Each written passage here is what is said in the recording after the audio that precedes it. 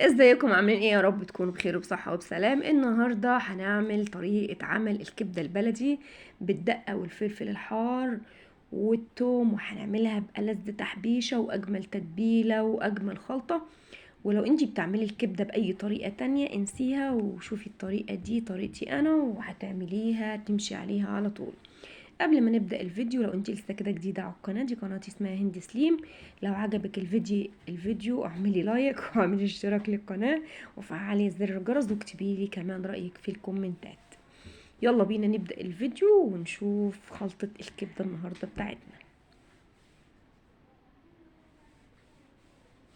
اول حاجة هعملها، معايا كده طاسة على النار بتاعتي تكون عالية، ومعايا الطاسة تكون سخنة، احط فيها شوية من الزيت ومعلقة من الدهن.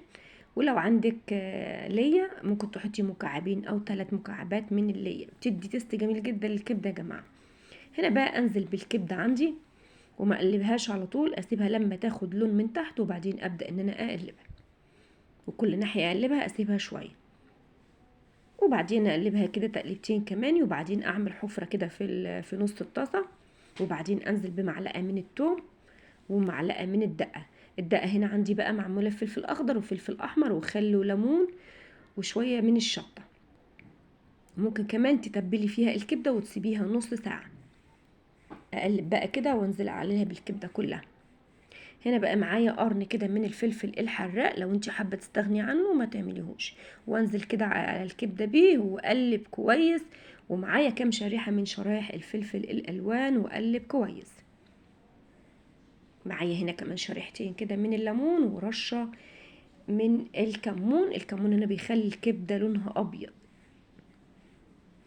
لما تحبي تجيبي الكبدة اول ما تجيبيها طازة حطيها في الفريزر شوية لحد ايه ما تلاقيها يعني جمدت معاكي، علشان تقدري تتحكمي فيها وانتي بتقطعيها.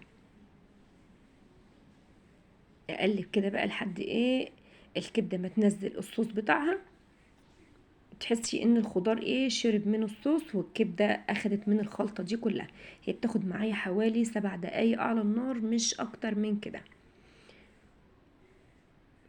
خلاص هنا الكبدة عندي جهزت اهي، ممكن تعمليها بقى تعملي معاها مكرونة او سندوتشات كده بالطحينة، جميلة جدا يا جماعة، طعمها فعلا تحفة. والتتبيلة دي بتفرق في طعم الكبدة جدا. لو عجبك الفيديو ووصلتي معايا لحد هنا ما تنسيش اللايك، والسلام عليكم ورحمة الله وبركاته، وبالهنا والشفا لو جربتي.